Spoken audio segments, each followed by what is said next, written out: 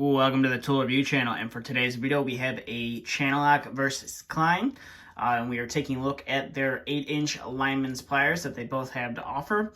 So the Kleins are the D2000-8 and the Channellocks are the 368. So these both come in at about 8 to 8.5 inches if I'm not mistaken.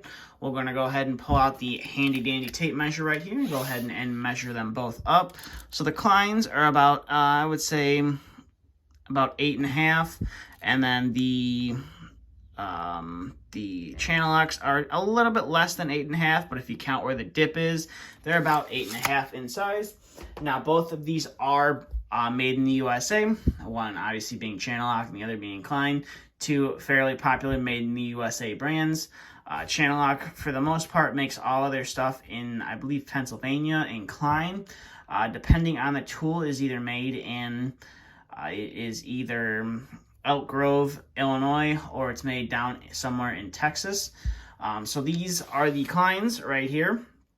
Now, neither of these tools feature a crimper down here. If you want a crimper, you're going to have to upgrade to their 9-inch pairs of pliers. I believe Channellock is a 9.5-inch pair, and then Klein is their standard 9-inch pair.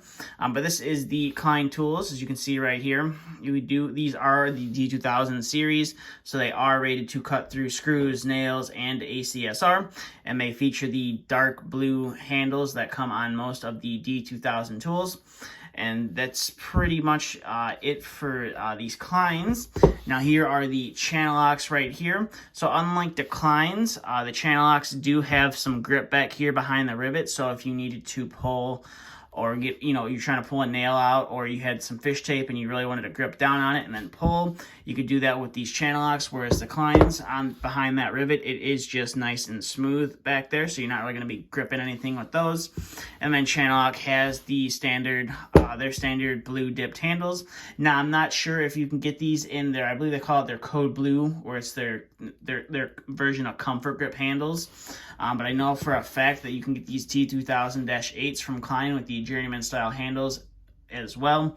I just prefer the dipped handles for most tools, because when they're in your tool bag, you can fit more of them in a single pouch than if you had those big bulky comfort grip handles. But don't get me wrong, the comfort grip handles are comfortable, but when it comes to having tools in a tool bag, the dipped handles are a little bit better.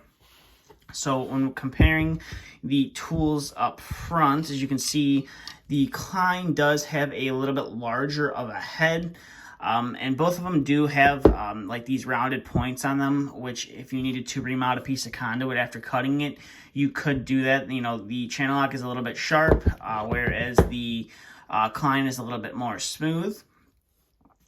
But we'll go ahead and take a look at the front there. So that's the size of the heads. Right there, when they're, up close. So like I said, the Kleins are a little bit larger. You definitely have a heating surface right here, so if you did want to use these as a hammer, both are going to be a great option. They're not advertised to be used as a hammer, but most people, including myself, have used them as a hammer before. And then when you come to the back of the tool, you can see they both have a square opening. The Kleins have a larger rivet than the Channellocks do. The Channellocks have a very small rivet right there. Both of these are high leverage designs. They feature the 8-inch long handles combined with that rivet being close to the cutting edge, so you're going to be able to cut through material a lot easier with a good amount of leverage. And you can see that they both have that square / octagonal cutout on the back. The Channellock does seem to be a little bit smaller than the Kleins. One thing to note is both pairs, as you can kind of see, have that gap in between the teeth, which is always nice. It allows the cutting knives to meet before the plier is fully closed all the way, so you get a nice easy cut without the plier being closed all the way and not cutting through your material all of the way. And that is the same for the Kleins right here. You can kind of see that gap right there.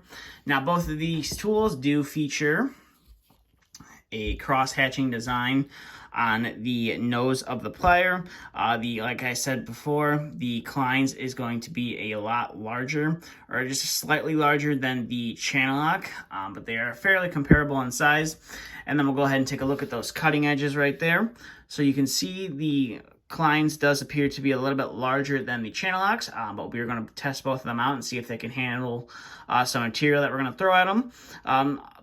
That's pretty much it for the detail on these, so we're going to go ahead and put these guys down and get some cutting through some material here. So like always, we always start with the smallest gauge wire. So we're going to start off with a piece of 18 gauge solid wire, and we're going to go ahead and see if they can both cut through that. So these Channellocks have no issues cutting through this 18 gauge solid wire. So we'll go ahead and put those guys down, and we'll bring in the Kleins and see if they are able to get through that. And the Kleins are indeed able to match the Channellock. Wasn't able to cut it there all the way. Go ahead and see if we can do that again. The Kleins are able to match the Channellock right there without an issue. So now we're going to bring in some 18 gauge stranded wire and see if they can both cut through that. Klein definitely struggles a little bit, depending on where you have it in the blade. But as you can see, there is no real light coming through except for at the top right there. But if you do kind of squeeze the handles together, that gap does disappear.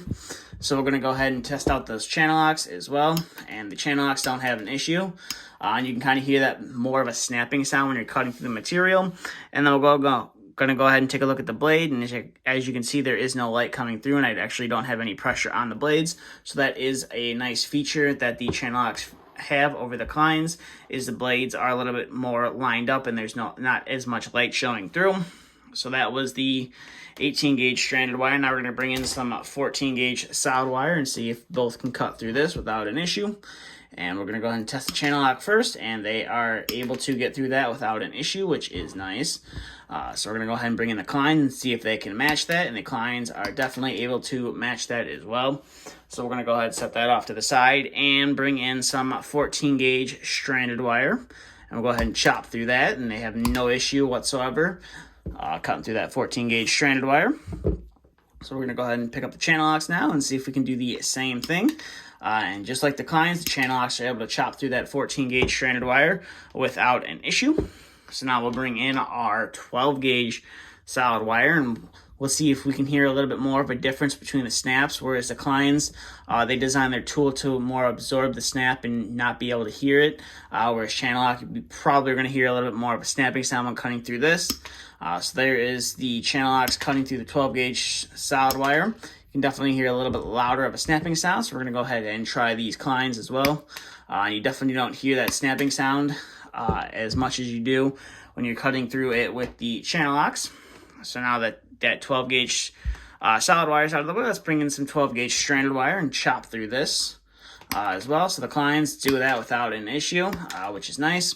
So now we're going to go ahead and test those Channellocks out as well and see if we have the same result. And we also have the same result. They're able to chop through that 12 gauge stranded wire with no issue. We're going to bring in some 10 gauge solid wire right here. And I'm assuming we're going to hear a pretty bit louder of a snap cutting through these, but it's actually not that bad as compared to some other pliers out there where you really hear a snap. So the Channellocks are definitely able to get through that 10 gauge solid wire, and I hope the Kleins are able to as well. And they definitely are indeed able to get through that 12 gauge, that 10 gauge solid wire. So we'll set that off to the side and bring in some 10 gauge stranded wire. And we're going to go ahead and use the Kleins first, and we are just going to chop through that without an issue, which is nice. And we'll bring in our Channellocks as well, and we are able to chop through that as well. The Channellocks definitely aren't as loose as the Kleins. They are a little bit loose, as you can see. They're not like loose when you go to pick them up, but if you move the handle, they do pop open right there. Whereas the the Kleins, they're just loose. Like that, but I did end up having to break these in. I have been using them for quite some time, and you can see that, the tool kind of shows that I've been using them. And they are a little bit more broken in than the Channellocks. So we're going to go ahead and bring in some thermostat wire, some 18.5 thermostat wire. We're seeing if the jaws on these are sharp enough to cut through the insulation that runs through there. And there is no little bits of frayed insulation left over, so the Channellock are able to cut through that without an issue. And then we're going to go ahead and test out those Kleins as well. And the Kleins are able to cut through that without an issue there. For reference, this is what typically runs between the insulation, or runs between the insulators on the wires that are in that big brown piece of insulation. This just came out of some MC, so it's just a larger version of the insulation that's in there. And some pliers do have a hard time cutting through this. So we're going to go ahead and see if both of these can and or can't cut through this thin, kind of thin material. And we first start off with the Kleins, and the Kleins are able to do it without an issue. We're going to go ahead and try that one more time just to make sure it wasn't a fluke. And the Kleins definitely can cut through that. That piece of insulation is just kind of hanging off here on the side, so they can cut through that. Now we're going to go ahead and try these Channellocks out and see if these can cut through that, and the Channellocks can cut through it as well. If we can get that piece to come out of there, we're going to go ahead and try it one more time. And not able to cut through all the way on that time. That might have been just where I had it placed on the blade. So overall, these are both fairly nice pairs of lineman pliers from both brands. Now I don't believe you can find these in stores. At least I haven't been able to find these in the stores. So you're gonna have to order both of them. The best place to go about ordering them is go to either Klein's website or to Channellock's website to determine who your chosen online retailer is for them. But when it comes down to it, which one would I rather have? And I honestly have to say, it would be a toss-up between both of them, because I actually do enjoy both of them, and they both do cut through pretty much anything I have to throw at them. So for this one, I can't really say I have to pick one. If I could only have one, I'd be happy with either one. They both perform fairly great, and they're both a great tool, and I love the fact that they're both made here in the United States. And they're just all around, both are a fairly good pair of pliers. So I'd be happy with either one. Definitely recommend the Kleins, but I also definitely would recommend the Channellocks as well.